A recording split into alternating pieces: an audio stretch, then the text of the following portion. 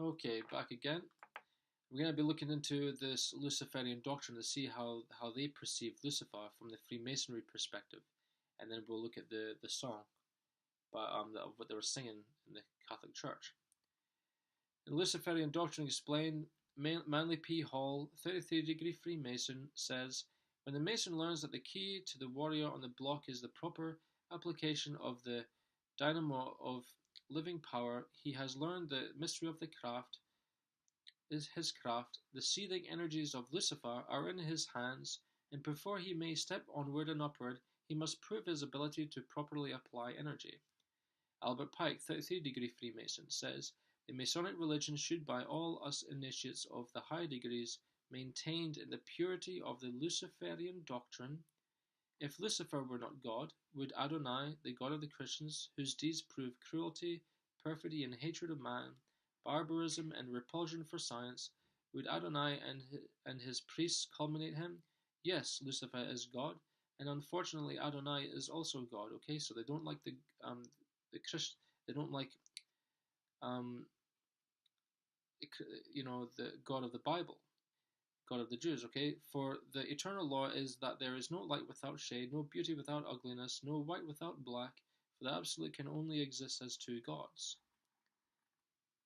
Now let's look at Adam Weishaupt, about him talking about bringing about the Luciferian doctrine to the world. Adam Weishaupt's destruction of religion's plan. This is to do with a one world government, which will eventually lead to. He created the Illuminati. Um, Adam Weishaupt in the 1700s was a Freemason who created another secret organization within Freemasonry called the Illuminati. This is a secret society Adam used to plan out how to take over the world and have a one world government. Adam Weishaupt was also a Jesuit as well, and the Jesuits, according to Napoleon, he basically says that the Jesuits are wanting a one world leader, okay, are basically wanting a world leader. And also, it also states that the Jesuits perfected Freemasonry as well. I'll try and find the quote and I can put it down below to do with that. But yeah, the Jesuits were the ones who pretty much created Freemasonry as another secret society to try and, for subversive purposes, okay? So it's almost like they try to give the impression that there's Catholics fighting the Freemasons, things like that. But we don't, but there's something else going on there, right? There definitely has to be something else going on because the Jesuits were the ones that pretty much created Freemasonry in the first place, right? If you look at the quotes, very, very clever. They're very, very sneaky. The Jesuits and that are partly responsible for trying to take over the world secretly, and they're working towards it just now. I don't know how well they're doing, but there's a lot of clever plans taking place. So anyway, this secret society, Adam Weishaupt planned to take over the world, have a one-world government. The reason why we know this is because a courier was carrying his plans to another location, but he was struck by lightning on his horse and died. So it's very possible that maybe God, struck this horse. The police recovered his papers and handed the plans over to the Bavarian government, and this is what their plans were: abolition of governments, elimination of private property, destruction of the family unit and marriage, have a unified state with no borders, rid all religions, and impose the Luciferian doctrine on mankind. And have a one world government with no more wars, to have peace and prosperity. It sounds good, that part, but all these other parts, sound extremely bad. And here's Albert Pike here, preeminent Masonic authority, morals and dogma of the ancient and accepted Scottish rite of Freemasonry. Page 321, he states, a generation would soon be born that had never known a world without Lucifer. This means that the Lucifer in the future is going to become very familiar to the world, okay? Now, I find it very interesting that in the schools in America, that now they've got after-school Satanism, yeah? So kids can actually learn about Satan after school. They actually have a Satan club. We also have the Baal, a Baal Arch, okay, that was opened up in New York and in London, and all these high-level politicians were actually present there at the opening of Baal, and Baal is Satan, now isn't it? Um, and then of course we've got that Childhood's End movie. Okay, so we're actually having parts of the Luciferian doctrine brought to the public view here. We have Childhood's End movie. I think it was a TV show actually. And basically they have this devil that's trying to usher in the golden age. And basically what it looks like the exact same devil that Mary Baxter had seen in hell. Having these, red skin, big huge horns, yellow kind of eyes, like a reptile. And basically, like as if he's trying to bring in the ushering a new age, okay? Like a golden age of a one world government eventually. And then of course we have the TV program called Lucifer, that he becomes good, he's trying to help mankind. And and then of course we've got H.P. Blavatsky trying to make out that Lucifer is actually a being that is good, yeah. That's basically what they're trying to do. They actually it's like in Gnosticism, you'll find in Bill Schnoblin's book. I'll find it. But one of the things that he said was that when he was learning from a high-level Satanist, right, he talks about that basically he explained this guy, that he was learning on black magic from. The man taught him that the ultimate goal was to find your own universe somewhere in the cosmic interchange with which you could rule over as a kind of god. These concepts were some of the highest elements of his magical system, is what Bill Schnoblin was saying. He then asked me when I would be ready for the Luciferian priesthood. I nearly coughed up my drink and begged his pardon. He explained that I would need to become a priest of Lucifer before I could become a Catholic bishop. Yeah? I find that very interesting, that to be a Catholic bishop, you actually have to be a Luciferian priest first. Which means that in this song that we're going to look at, we should not be surprised by this song that was sung at the Vatican. I'm sure it was at the Vatican anyway.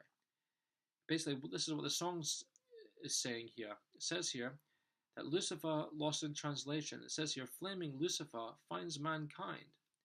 I say, O Lucifer, who will never be defeated. Now, of course, we know that Lucifer was defeated at the cross. And then it says here, Christ is your son, who came back from hell, shed his peaceful light, and is alive and reigns in the world without end.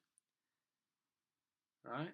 Now, if you study their Jesus, okay, their Jesus is not the same Jesus of the Bible. Their Jesus is actually Apollyon. They've got Jesus as a sun god. Now, you have to remember, when you look at the scriptures of Jesus or anything to do with God being connected to the sun, it never says that God is a sun, okay? It's basically a metaphoric language of how God is like the sun, right? But they've actually got Jesus as a type of sun god, So, and then when you look at back in the Greeks, you'll find that Zeus is the father of Apollo. Yeah? That's what you'll find. Because, Lucifer wants to be, beyond everything else. So this is the song anyway. And then of course when you look further down you can find that that there's a lot of, the Vatican have got a crest like a dragon. That's our Satan there. That's the Satan. Yeah, the God, the one that's going to get all the worship. It says in the Revelations 13, and they worship the dragon, which gave power unto the beast. So they worship the dragon first, and then eventually they start worshipping the beast, which is Apollyon, the destroyer. It's going to cause the world to go through famine. Eventually, he's going to betray the world. He'll act like as if he's loving, but he's going to betray the world with the AntiChrist. Don't let the AntiChrist in your country. That's all I'm saying. because things are not looking good just now. The good thing is that Tyre Island is not reigning over the kings of the world just now, so we've probably got plenty of time. And the Temple of Jerusalem is being talked about being, you know, it appears that it's being talked about, that they're going to be trying to rebuild it eventually, you know. So, and that when the temple of God gets rebuilt in Jerusalem, that's eventually the Antichrist will become a king there in the future.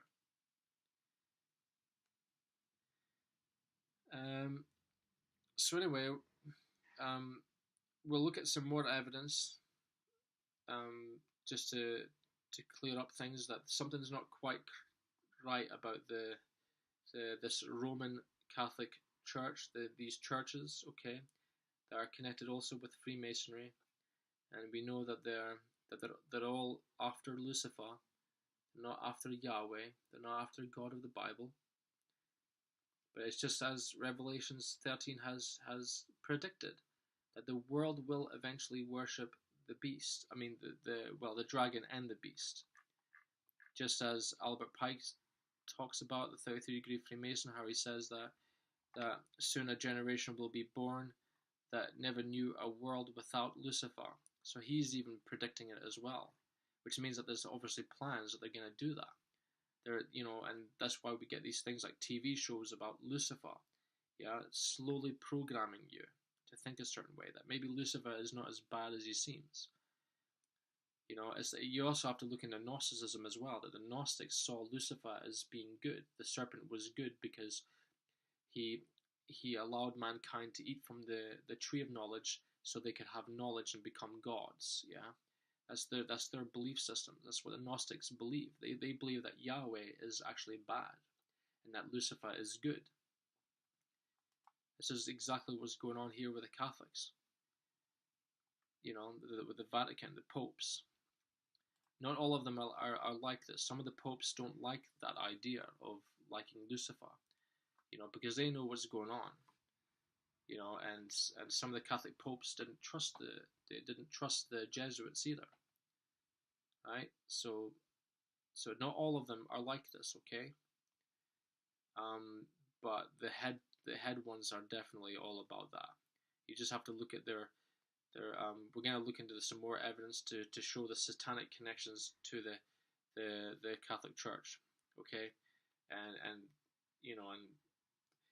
just to see that, yes, Revelations is unfolding in front of our very eyes, and there's major deceptions going on, just as it says in, I think it was 2 Corinthians 11, yep, about that it says here, for such as false apostles, deceitful workers, transform themselves into the apostles of Christ. Remember, they're going to make themselves look like they're Christian, okay? But they're not. Their fruits actually show something else, that they're actually being deceptive, that they're not what they seem. So anyway, that's all I have to say. In my next video, we're going to look at the satanic connections to the Catholic Church, which we've just looked at. We're going to look further into it, actually. Bye for now.